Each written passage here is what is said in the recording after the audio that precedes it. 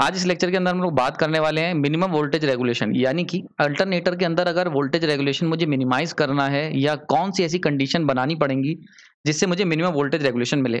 अगर आपको याद होगा वोल्टेज रेगुलेशन का पुराने लेक्चर की बात करूं तो वहां पे मैंने आपको सिखाया था कि वोल्टेज रेगुलेशन कोई अच्छी चीज नहीं होती है। जितना ज्यादा वोल्टेज रेगुलेशन होगा, चाहे वो पॉजिटिव हो या नेगेटिव हो, दोनों ही चीजें हमारे लिए खराब है। हमारे लिए आइडियल चीज है कि वो जीरो हो, ठीक है, यानी कि जीरो हो या मिनिमम से मिनिमम हो।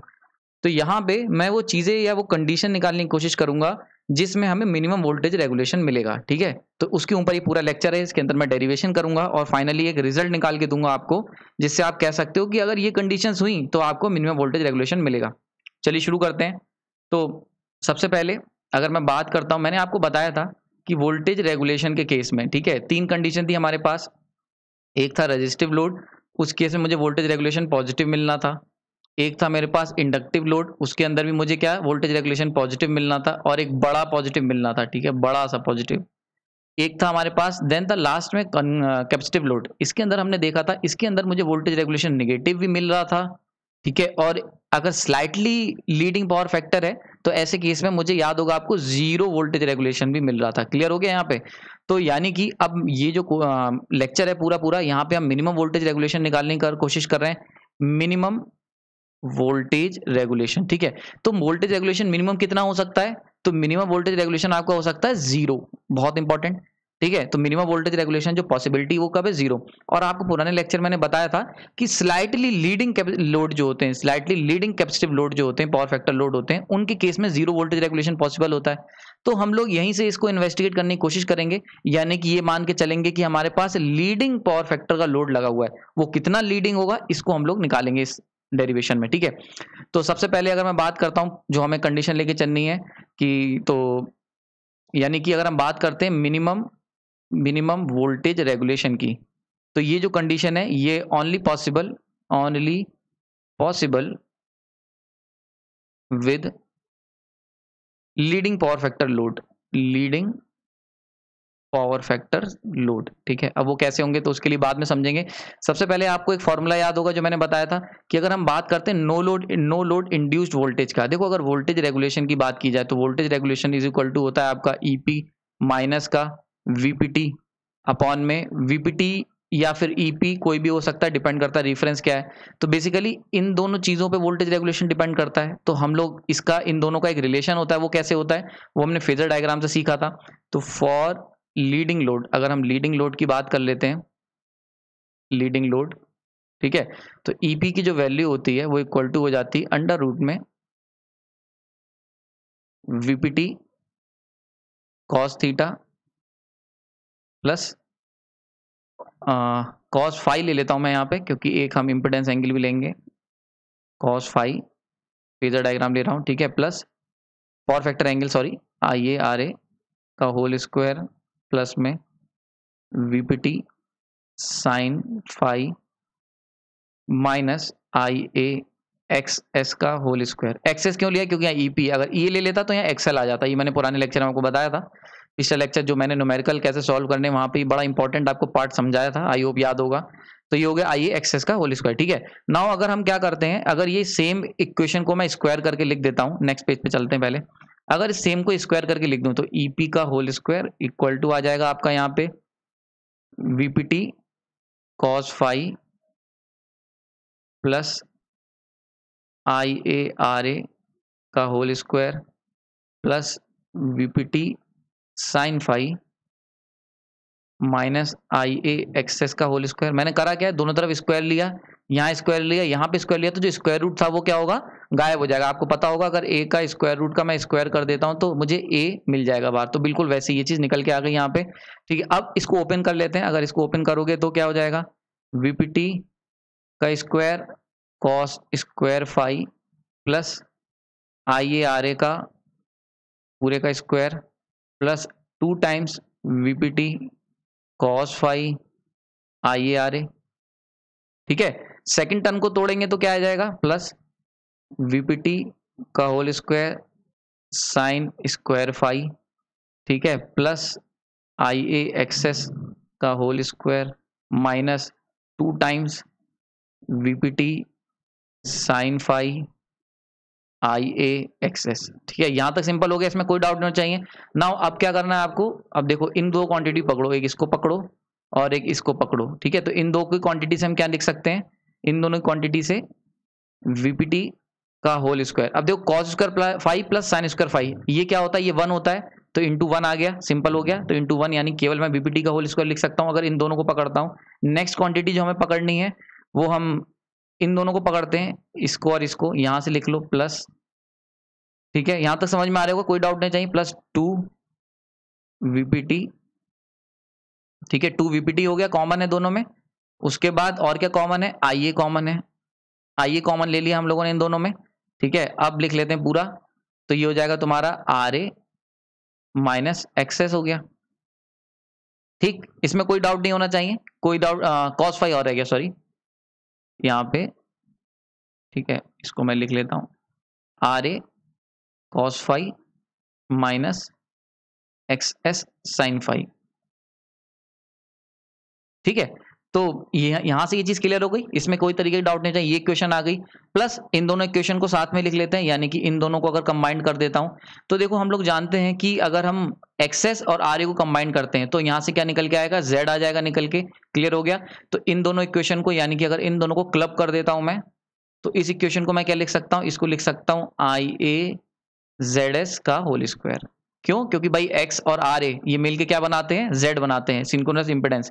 तो एक्सएस और आर ए का होल स्क्वायर जब इन्हें ऐड करोगे, यानी कि I A square R A square plus I A square X S square, तो इनको मिलके मैं क्या लिख सकता हूँ, आई ए जेड एस का होल स्क्वायर। तो यहाँ पे आ जाएगा plus I A Z S का होल स्क्वायर। क्लियर हो गया, समझ में आ गई होगी बात, इसमें कोई डाउट नहीं होना चाहिए। ठीक, यहां तक क्लियर हो गया, ओके। अब आगे चलते हैं, ये चीज पूरी सॉल्व हो गई ना। अब यहाँ पे अगर हम इम्पिडेंस के डायग्राम को देखें, तो अगर हम मान के चलते हैं this one is resistance R A, armature resistance, and इससे 90 डिग्री लीड करता हुआ होता है सिंक्रोनस रिएक्टेंस। तो ऐसे में जो जेड होगा वो ये हो जाएगा जेड एस। ठीक है, सिंक्रोनस इंपिडेंस हो जाएगा, and this one is the theta. ठीक है, तो यहां से मैं कह सकता हूँ आर ए की वैल्यू को क्या लिख सकता हूँ, आर ए को मैं लिख सकता हूँ तुम्हारा जेड एस कॉस थीटा। ठीक है, और एक्सेस को क्या लिख सकता हूं, एक्सेस को लिख सकता हूं Z S sine theta. Simple sir, मैंने कोई इसमें बहुत ज्यादा कॉम्प्लेक्स साइंस नहीं लगाई है, आईओ भी सिंपल होगी। अब इस आर ए की वैल्यू जो आई है इसे यहां रख देते हैं और जेड एस की वैल्यू को यहां रख देते हैं। ठीक, तो अब जो इक्वेशन बन के आ जाएगी मेरे सामने, जब मैं इन दोनों को प्लेस करूंगा, उसको मार्क कर लेते हैं। तो ई ए का whole square equal to VPT का होल स्क्वायर। ठीक है, plus I A Z S का whole square plus 2 VPT I A. ठीक, अब Z S cos theta into cos 5, ठीक है, minus Z S sine theta into sine 5। Clear, यहां तक कोई डाउट नहीं होना चाहिए। नाउ अब हम क्या करते हैं, इस वीपीटी को इधर ले जाता हूं, तो ये हो जाएगा तुम्हारा ई ए का होल स्क्वायर माइनस वीपीटी का होल स्क्वायर इक्वल टू, ये ऐसे की ऐसी आ जाएगी, I A square Z S का होल स्क्वायर। ठीक है, प्लस ये क्या आ जाएगा सेम। अब देखो यहां से जेड एस कॉमन ले लो, ये जेड एस और जेड एस कॉमन है, बाहर ले लो, तो 2 VPT into I A into Z S, ये पूरा आ गया ऐसी बाहर। अब अंदर बचा है cos A cos B minus sine A sine B, यानी कि cos theta cos 5 minus sine A sine 5। तो लिख लेते हैं इसे cos theta cos 5 minus sine theta sine 5। अब भाई आपने अगर मैथ्स पढ़ी है तो आपको पता होगा cos A cos B minus sine A sine B का फॉर्मूला क्या होता है। इस पूरे को हम लोग क्या लिख सकते हैं, कॉस ए प्लस बी, यानी कि थीटा प्लस 5। ठीक, इसको यहां लिख देते हैं। तो अब जो हमारे पास इक्वेशन आ जाएगी यहां से कितनी निकल के आई, आई ए। अब इसमें क्या करो, इन सब में आई ए जेड एस को कॉमन ले लो, आई ए जेड एस को अगर कॉमन ले लेते हैं तो इक्वेशन क्या बन जाएगी, I A Z S plus 2 VPT cos theta plus 5। ठीक, यहां तक आ गई, और ये हो जाएगा तुम्हारा ई ए का होल स्क्वायर माइनस वीपीटी का होल स्क्वायर। ठीक है, देखो कोई डाउट नहीं होना चाहिए, यहाँ पे मैंने किसी भी तरीके का लिंक बीच में नहीं छोड़ा है। आई होप समझ में आ गई होगी, पूरा डिटेल में समझाया है, बेसिक से बेसिक समझाया है, इंपेडेंस डायग्राम से लेके सब कुछ आपको यहाँ तक लेके आया हूं मैं, कोई डाउट नहीं होना चाहिए। ठीक है, नाउ लास्ट में चलते हैं। अब देखो यहाँ तक की इक्वेशन, इसको यहीं रोकते हैं। नाउ अगर हम कंडीशन की बात करते हैं, अगर हम लोग वोल्टेज रेगुलेशन की बात कर लेते हैं, जरा थोड़ी सी डिस्कस कर लेते हैं, चर्चा कर लेते हैं जिसका निकाल रहे हैं। तो वोल्टेज रेगुलेशन की अगर बात करते हो तो वो होता है तुम्हारा E minus V divide by V into 100। Clear, VPT वो एक ही बात है, लिख देता हूँ चलो, ई वीपीटी इंटू 100, ठीक है, इसमें कोई डाउट नहीं होना चाहिए। नाउ फॉर वोल्टेज रेगुलेशन को अगर मुझे मिनिमम करना है तो ये कब होगा, ये तब होगा, वोल्टेज रेगुलेशन मिनिमम होता कितना है, जब वोल्टेज रेगुलेशन इक्वल टू 0 हो जाएगा। और ये कब होगा, वोल्टेज रेगुलेशन मिनिमम का मतलब हो गया वोल्टेज रेगुलेशन 0, क्योंकि मिनिमम वैल्यू वोल्टेज रेगुलेशन कितनी होती है, 0 हो सकती है पॉसिबल वैल्यू। और ये कब होगा, जब अगर यहां से देखो इस पूरे पैरामीटर से, तो जब क्या होगा, E P equal to VPT हो जाए। अगर ये दोनों बराबर हो गए तो ऐसे केस में 0 हो जाएगा वोल्टेज रेगुलेशन, ठीक है। तो ईपी को वीपीटी बराबर रख दो। अब इसको हम रखेंगे पीछे वाली इक्वेशन में जो अभी हम सॉल्व कर रहे थे, ठीक है। तो यहां पे हम रखेंगे for 0 voltage regulation E A wait, यहाँ पे मैं ईपी को लेके चला था, यहाँ पे आप ध्यान रखना, ये करेक्शन कर लेना, ईपी है यहाँ पे, this is EP not EA, EP EP, okay. वो बाई मिस्टेक ईए लिख गया हूं मैं यहाँ पे, ईपी आएगा हर जगह, ठीक है। ईए नहीं आएगा, ईए आएगा तो हम लोग यहाँ पे लीकेज लेंगे ना कि सिंक्रोनस इंपेडेंस लेंगे, ठीक है। तो ये बाई मिस्टेक हो गया है, ठीक है, इसको करेक्ट कर लेना, ईपी है ये, क्लियर हो गया यहाँ पे, EP. Now for 0 voltage regulation, EP की जो वैल्यू हो जाएगी, इसको मैं यहाँ पूरा कर देता हूँ, ईपी की जो वैल्यू होगी वो कितनी हो जाएगी, ईपी की वैल्यू आपकी निकल के आएगी, ईपी इक्वल टू वीपीटी रख देते हैं। और जैसे ही आप ईपी को वीपीटी रखोगे तो क्या हो जाएगा, ये पर्टिकुलर टर्म जो होगी ये क्या हो जाएगी, ये 0 हो जाएगी भाई, सीधी सी बात है, जब दोनों बराबर हो गए। तो यहां से इक्वेशन क्या निकल गया है, यहां से निकल गया है 0 equal to I A Z S plus 2 VPT cos theta plus 5, ठीक है, कोई डाउट नहीं होना चाहिए। नाउ अब अगर हम बात करें तो इन दोनों में से एक टर्म 0 होगी, तो अगर हम मान के चलते हैं कि ये वाली टर्म को 0 करते हैं, इस पूरे टर्म को 0 लिख देते हैं, यहां से क्या निकाल सकते हैं, तो यहां से मैं कह सकता हूं कि I A Z S plus 2 VPT cos theta plus 5 equal to 0। Now यहां से अगर मैं इसको इधर ले जाता हूं तो यहां पे हो जाएगा तुम्हारा 2 VPT cos theta plus 5 equal to minus का आई ए जेड एस, ठीक है, यहां तक क्लियर हो गया। और इसको और सिंप्लीफाई कर देता हूं तो कॉस थीटा प्लस 5 की जो वैल्यू होगी वो इक्वल टू हो जाएगी तुम्हारे माइनस का I A into Z S divide by 2 VPT, clear हो गया। तो दिस इज द कंडीशन, यानी कि ये तुम्हारी जो फाइनल कंडीशन निकल के आ गई, this is the condition for minimum voltage regulation. So this is the derivation for the condition of minimum voltage regulation. यानी कि अगर तुमसे पूछा जाए कि भाई मिनिमम वोल्टेज रेगुलेशन कितना होगा तो उसकी क्या कंडीशन होनी चाहिए, तो भाई जो आप लोड लगाने जा रहे हो उसका पावर फैक्टर 5 और जो लोड इंपेडेंस एंगल है, सॉरी सिंक्रोनस इंपेडेंस एंगल है ZS, उसका जो थीटा है, उन दोनों का sum cos theta equal to किसके बराबर होना चाहिए, cos theta plus 5 equal to minus का आई ZS अपॉन में 2 वीपीटी। तो this is the condition, final derivation हो गया, यानी कि ये वो कंडीशन है जिसपे तुम्हें मिनिमम वोल्टेज रेगुलेशन मिलेगा। क्लियर हो गया, यहाँ पे ये चीज समझ में आ गई होगी। ना जरा देख के देखते हैं कि क्या एक्चुअल वैल्यू कितनी होती होगी। तो अगर मैं बात करूं प्रैक्टिकल सिनारियो की, तो जनरली जो थीटा की जो वैल्यू होती है ना वो अप्रॉक्स 80 टू 85 डिग्री होती है। थीटा क्या है यहाँ पे, ZS, यानी कि R और एक्सेस के बीच का जो एंगल होता है थीटा। तो इनकी जो इंपेडेंस एंगल होता है, यानी कि अल्टरनेटर की जो वाइंडिंग की हुई है, तो उसका जो इंपेडेंस एंगल है वो अप्रॉक्सीमेटली 80 टू 85 डिग्री के अप्रॉक्स होता है। यानी कि अगर हम ऐसा कर लेते हैं 80 टू 85 डिग्री अप्रॉक्स होता है, ये तो वैल्यू हो गई।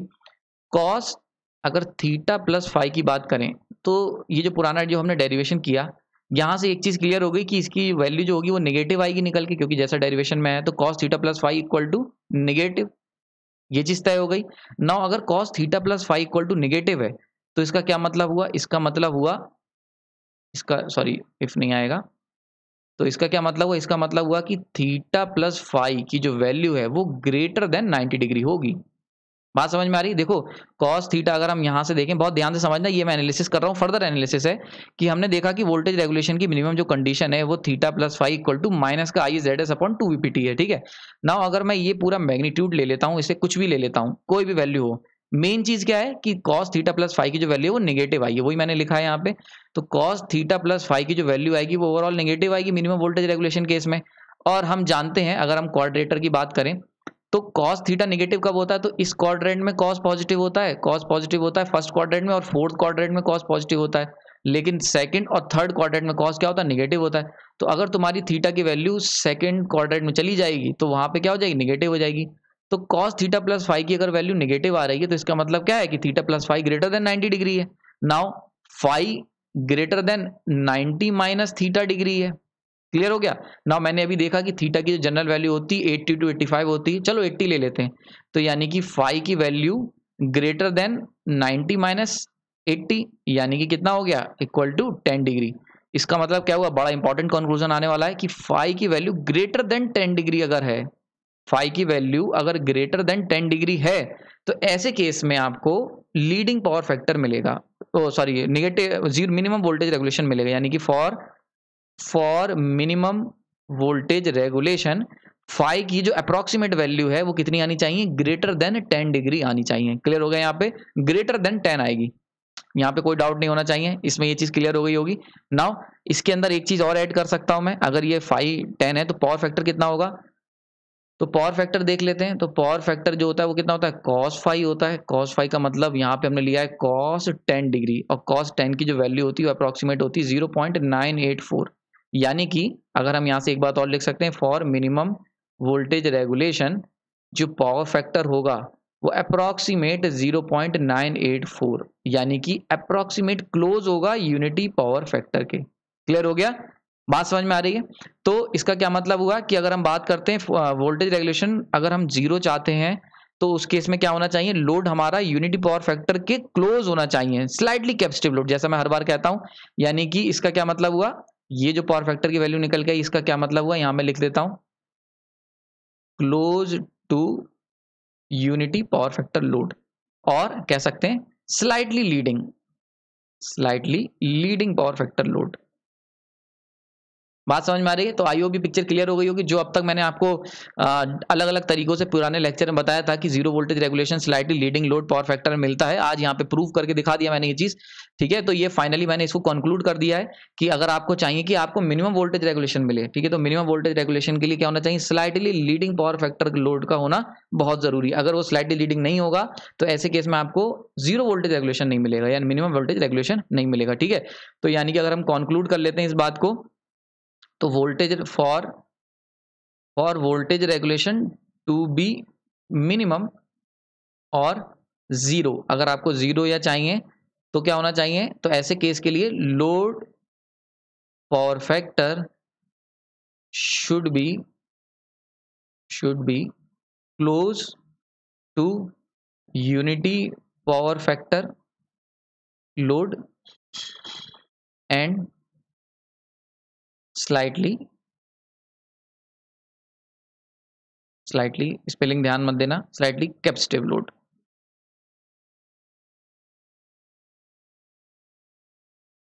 ठीक है, स्लाइटली कैपेसिटिव लोड। ये दूसरा पॉइंट मैंने क्यों लिखा है, देखो यूनिटी पावर फैक्टर के क्लोज होना चाहिए लोड। अब ये तो लैगिंग भी हो सकता है भाई, ठीक है, यूनिटी पावर फैक्टर के अगर हम बात करते हैं, अगर एक्सिस पे बना दूं तो दिस वन, अगर ये एक्सिस हो गई तो ये अगर यूनिटी पावर फैक्टर है तो पॉजिटिव में तो तुम्हारा लैगिंग लोड भी होते हैं और यहाँ पे लीडिंग लोड भी होते हैं।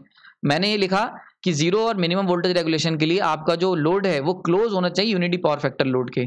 ठीक है, तो यूनिटी पावर फैक्टर लोड के क्लोज कौन सा होता है, लैगिंग भी हो सकता है, लीडिंग भी हो सकता है। तो अगला पॉइंट मैंने इसलिए लिख दिया एंड स्लाइटली कैपेसिटिव होना चाहिए, यानी कि कैपेसिटिव भी हो और यूनिटी पावर फैक्टर के करीब भी हो, यानी कि कुछ यहाँ पे इस एरिया में, ये जो एरिया बना रहा हूं इस एरिया में अगर लोड होगा यूनिटी पावर फैक्टर के क्लोज भी होगा और स्लाइटली लीडिंग भी होगा, तो ऐसा केस जो होगा आपको जीरो वोल्टेज रेगुलेशन लाके देगा। यानी कि यहाँ जो ये वाला पर्टिकुलर पॉइंट है इसके अंदर क्या मिलेगा, जीरो और मिनिमम वोल्टेज रेगुलेशन तुम्हें मिलेगा। ठीक है, तो आई होप ये लेक्चर आपको समझ में आ गया होगा, इसमें किसी तरीके में डाउट नहीं छोड़ा है, ये बड़ा इंपॉर्टेंट है। गेट के पर्सपेक्टिव से अगर बात करूं तो काफी क्वेश्चंस आते हैं कि जीरो वोल्टेज रेगुलेशन के लिए पावर फैक्टर लोड कितना अप्लाई करें। तो आपको सिंपली क्या करना है, अगर ये पूछा जाता है आपको ये वाला जो फॉर्मूला इसका इस्तेमाल करना है। अगर तुमसे क्वेश्चन आता है गेट में कि भाई हमें जीरो वोल्टेज रेगुलेशन के लिए कितना लोड पावर फैक्टर होना चाहिए, तो आपको IS ZS VPT दिया होगा, थीटा तुम्हें पता होगा और फाई तुम्हें निकालना होगा, तो यहां से निकाल लोगे। तो वैल्यू फाई कितनी आएगी, तो फाई की जो वैल्यू आएगी, ध्यान रखने वाली बात ये है, ग्रेटर देन 10 डिग्री आएगी निकल के। और यहां से जब आप पावर फैक्टर निकालोगे तो क्लोज टू यूनिटी आएगा। अगर तुम्हारा power factor close to unity आ रहा है, 0.98, 0.95, 0.9 के ऊपर आ रहा है, तो इसका मतलब तुम सही जा रहे हो, कैलकुलेशन आपकी सही है। ठीक है, तो आई होप ये लेक्चर समझ में आया होगा। यहाँ पे मैं इस लेक्चर को कंक्लूड करता हूँ। कोई भी डाउट है तो उसको आप लास्ट में कमेंट सेक्शन में मुझे बता सकते हैं। अगर कैलकुलेशन में कहीं कोई दिक्कत हुई वो भी बता देना। हो सकता है, देखिए मैं हर बार बताता हूँ, कुछ लेक्चर्स होते हैं जब मैं डेरिवेशन करता हूँ तो कभी कभी ध्यान से नहीं स्लिप हो जाता है और कुछ पॉइंट आगे पीछे हो जाते हैं। तो इतना मुझे उम्मीद रहती है कि आप एक इलेक्ट्रिकल इंजीनियर हो जो इस लेक्चर को देख रहे हो, तो ये उम्मीद करता हूँ कि आप अगर कुछ गलती होगी तो उसको करेक्ट कर लोगे। ठीक है, तो इसीलिए, लेकिन फिर भी आप कमेंट सेक्शन बता दो, जिससे कि जिसका ध्यान नहीं गया होगा तो उसको देख लेगा। और अगर कोई गलती है तो आप मुझे जरूर बताएं और मैं इसको इम्प्रूव करूंगा। ठीक है, फाइनली ये लेक्चर यहाँ पे कंक्लूड होता है। अगर आपको और भी कोई डाउट आ रहा है, यानी कि मैक्सिमम या मिनिमम वोल्टेज रेगुलेशन के केस में कोई दिक्कत है, तो मुझे बता सकते हैं। नेक्स्ट लेक्चर जो होगा उसके अंदर हम लोग डिस्कवर करेंगे कि मैक्सिमम वोल्टेज रेगुलेशन का केस जो होता है, यानी कि ये तो मिनिमम वोल्टेज रेगुलेशन था, अगला केस हम लोग देखेंगे कि अगर वोल्टेज रेगुलेशन मैक्सिमम कब होता है, जो कि बहुत गलत चीज है, लेकिन वो कौन सी कंडीशंस हैं, कौन सा ऐसा लोड है जिसमें मैक्सिमम वोल्टेज रेगुलेशन मुझे मिलेगा और उसकी वैल्यू कितनी होगी और कंडीशंस क्या होंगी। इन चीजों को हम लोग देखेंगे अगले लेक्चर में। आपने अपना कीमती समय दिया, उसके लिए धन्यवाद।